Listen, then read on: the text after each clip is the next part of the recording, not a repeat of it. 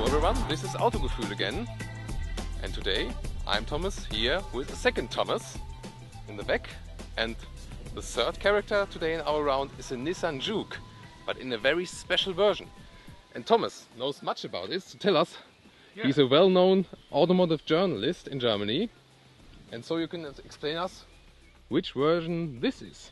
And here you can read it, and you can see that it's a special version. It's Nismo.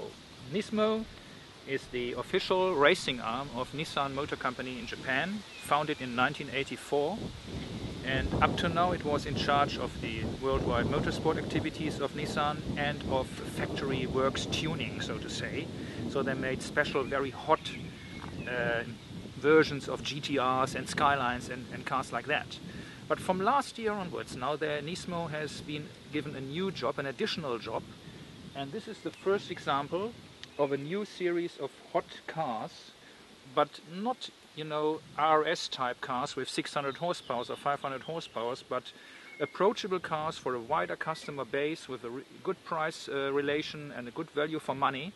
And the Juke Nismo is the first one, and the second one is the Nissan 370Z, the famous sports car, and there will also be a GTR later this year. But let's come to the exterior design, and the front end of the Juke Nismo has been quite dramatically changed compared to the standard car. To start with, of course, it has still this, which I very much like, these huge headlights, and they look like fog lights from 1970 rally cars. You may recall the Renault 5 Maxi and cars like this. These had these huge lights. Here they house the main beam, the headlights. Here is the turn indicator, and there is a parking This one light. is really huge. Yeah, this is also very huge. Yeah. But now coming to the changes to the old car, to the normal standard car. First, the standard car has 5 round holes here.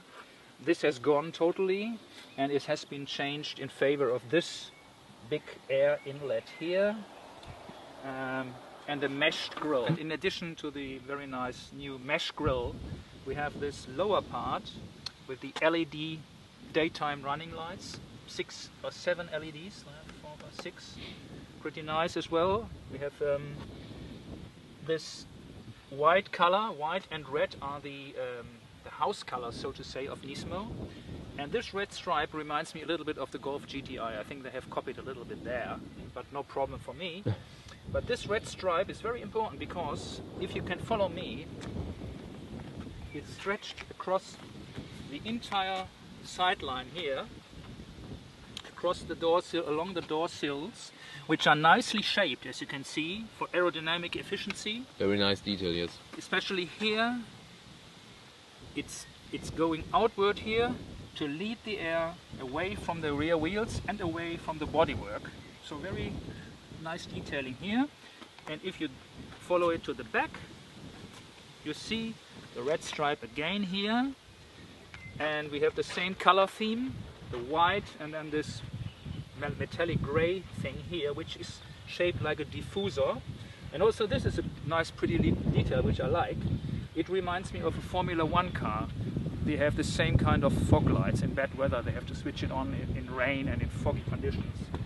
So Nissan likes these little details, and also the exhaust, final piece of the exhaust pipe here is pretty big.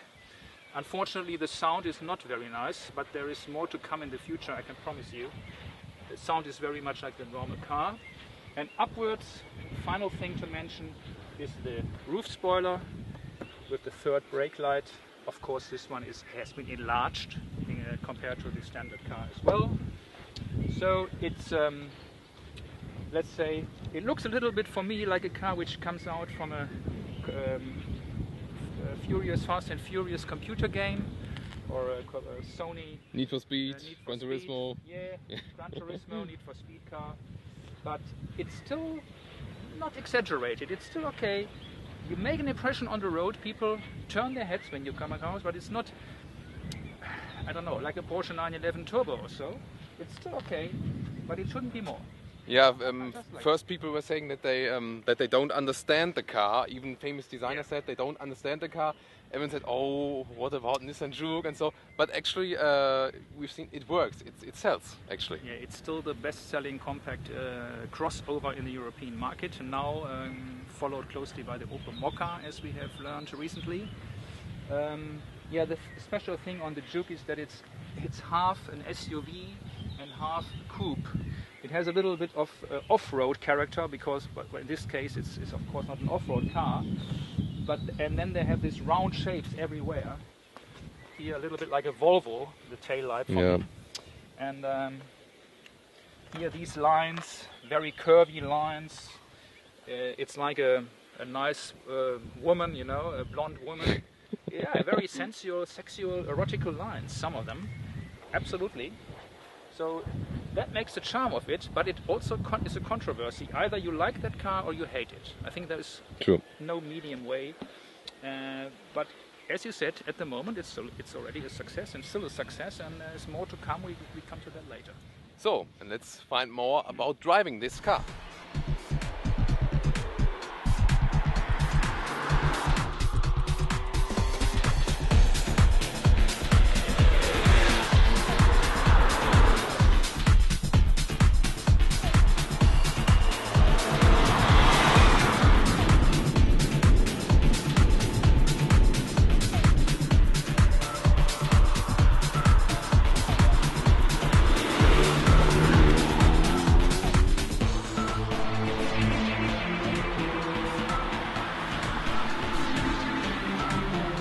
So we are on our way now here in the Nissan Juke Nismo, and I must say it's very quick, especially in the city, because it's very compact, it's very small, and so you can cruise around every car and every obstacle that is coming to you. So Thomas, what about the interior here? What do you like about the interior? I mean, the best thing for me personally is the steering wheel, because it has this very nice soft Alcantara cover here in the middle section of the three-spoke steering wheel, and that's very nice. The tactile feel is very great, especially at warm weather. If you sweat a little bit, it absorbs the sweat. And there's also another nice little detail, a tiny little detail, and if you drive rally cars, you know that pretty well, is this red ribbon here, the little red stripe of leather, and that indicates the 12 o'clock position, so to say, of the steering wheel. So if you are in a rally car, you are going sideways all the time, you lose the feeling where the 12 o'clock position is, and this reminds you all the time where exactly the front wheels are standing. So it's a nice little feature. Although you won't use it really because it's a front wheel drive car, you cannot go sideways with it unless you use the handbrake or silly things like that. But it's a nice little feature which fits very well to the Nismo image. Apart from that, in the interior we have more Alcantara or sweat leather with the seats, bucket seats. Yes, very nice. With the same material. Also the door casings, the lower part of the door inner casings have this soft material. Well, apart from that we have this center console with the gear shifter. You see on the gear shifter we have this red stitching, contrasting stitching. Red and black is the main theme in the interior, but black is the absolute main theme because everything is in black. The ceiling, the A-pillar cover, the door inner casings. So Nissan says they have done it all in black not to distract the driver from the fun to drive factor. So everything should be concentrated here in this area, and also the center console is in a very nice piano veneer. Piano black veneer. Well, it's not veneer, it's plastic, but it has a good quality feeling. And I think in general, also this console, we have to say again, that was inspired by the tank of a motorbike, because the chief interior designer of the Juke is a big motorbike fan, and this in fact really looks like a tank of a bike. Also the position of the gear shifter is absolutely fantastic. It's just where it belongs, should it belong. And also, but we come to that maybe later, the shifting itself is very precise, very short distances between the gears. So overall it's a It's a great little cockpit. I feel pretty comfortable in it. The seats offer a lot of side, what do you say? Support, side support. Yeah, in fast corners. So no complaints here.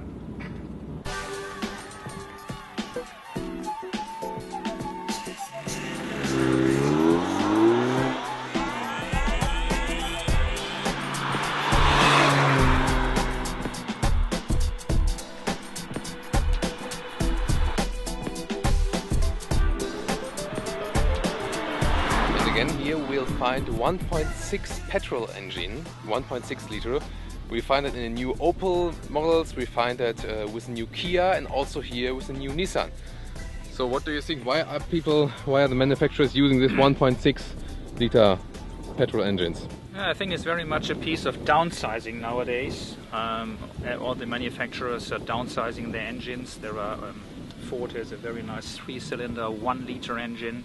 This is a 4-cylinder 1.6, as you say, and it's called the DIG turbo, and that means direct injection.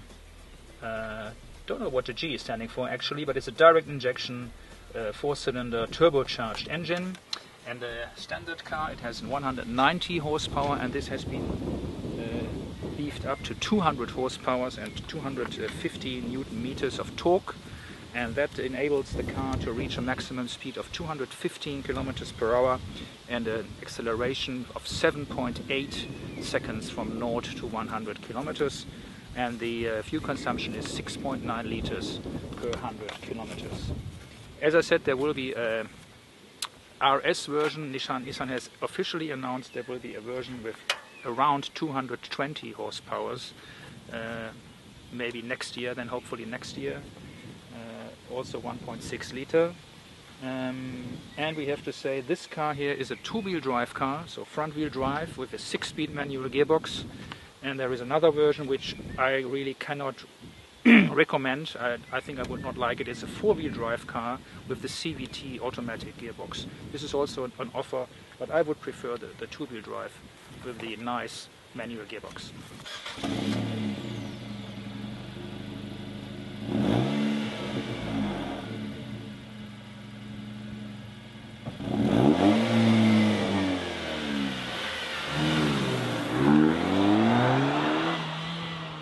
Let's look at the everyday usability of this car. So what about the back seats? First, we know this feature from Alfa Romeo. That was the first one, I think. Yeah. In the 147, I think. 147, we had that one, yeah. Yes, and the Japanese have copied this a little bit. The grab handle for the rear doors integrated in the C-pillar.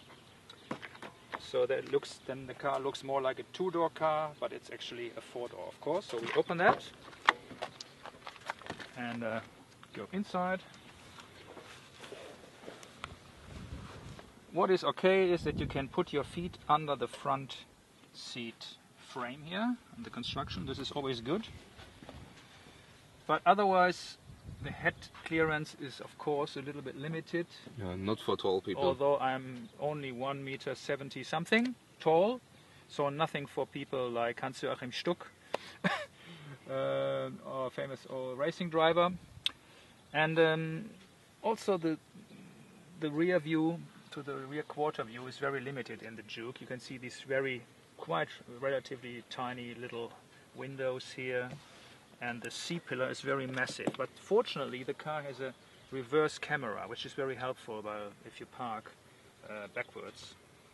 So it's not a really full 4-seater, but for shorter distance, people like me, they can travel not for too long, but maybe for 1 or 2 hours, and with your kids and your children up to a size of 1.65 m, 1.70 m, it's still okay. But of course, it's not a 5-seater or a car for adults. For adults. So let's head to the trunk. Yes. Let's look at the trunk. If you can pack something in it. First, here, this is quite nicely protected. It's okay, and there's still enough room above my head. Coming to the load bay itself, it's 550 liters according to the VDA norm, which is quite decent for just a small car. You reach this luggage compartment, which has a capacity of 550 liters over a relatively high trunk sill. And inside, if you want more space, there is this cover. And what do we see underneath? Some shoes, of course. And there's no full spare wheel, so you have extra space for items that you want to store invisible, and I think that's a very practical thing. So no problem here. I think that's decent space. We can still expand it. Yes. It's, with one hand, not too easy. You can easily Yep. unfold this, and the other one, of course, as well. And then, of course, this is a limited height here. This is due to the basic shape, bodywork of the Juke. But for some IKEA shopping, it's that should be alright. So, what do we conclude from this review? I would really say what we said meanwhile. Either you hate this car or you love this car. Put it in the comments. Do you love this car or do you hate this car? I must say, at first, I think from a first look, I hated the car. But meanwhile, I love it because it drives very well, very comfy. And it's just something extraordinary, and I love when cars are extraordinary. What about you? I think I share your view. It grows. The longer you drive with, the longer you live with the car, it grows on you and you more and more like it. And especially if you take the price, it's 26,400 for the two-wheel drive and 29,400 for the four-wheel drive. And this is very, as I said, good value for money. For the Nismo. For the Nismo, and what the owner gets from it is you have this special Nismo feeling, inside, outside, with the body kit, the aerodynamics. You have these red door caps, the rear view mirror caps, which we didn't mention yet, very nice as well. And you have this feeling of some extra power under the bonnet, 10 horsepower more. You can feel it in the steering, and as you said, it's still amazingly comfortable on the road. It's not noisy, and this is, for the first shot, I mean, this is the first car of this Nismo range, it's a very good attempt. And as we say, there will be a 220 horsepower version of this with more even sharper steering, with even stiffer suspension, and with a really exciting exhaust noise. That is what they promise, and they hope they will fulfill this promise. And as we say, the hardcore fans, Nismo hardcore fans, can acquire this RS version, and the rest of the world can be happy with this one. And as I say, it grows on you the longer you live with it, and we can only say, well done Nissan for the first shot. So, thanks for watching. Bye.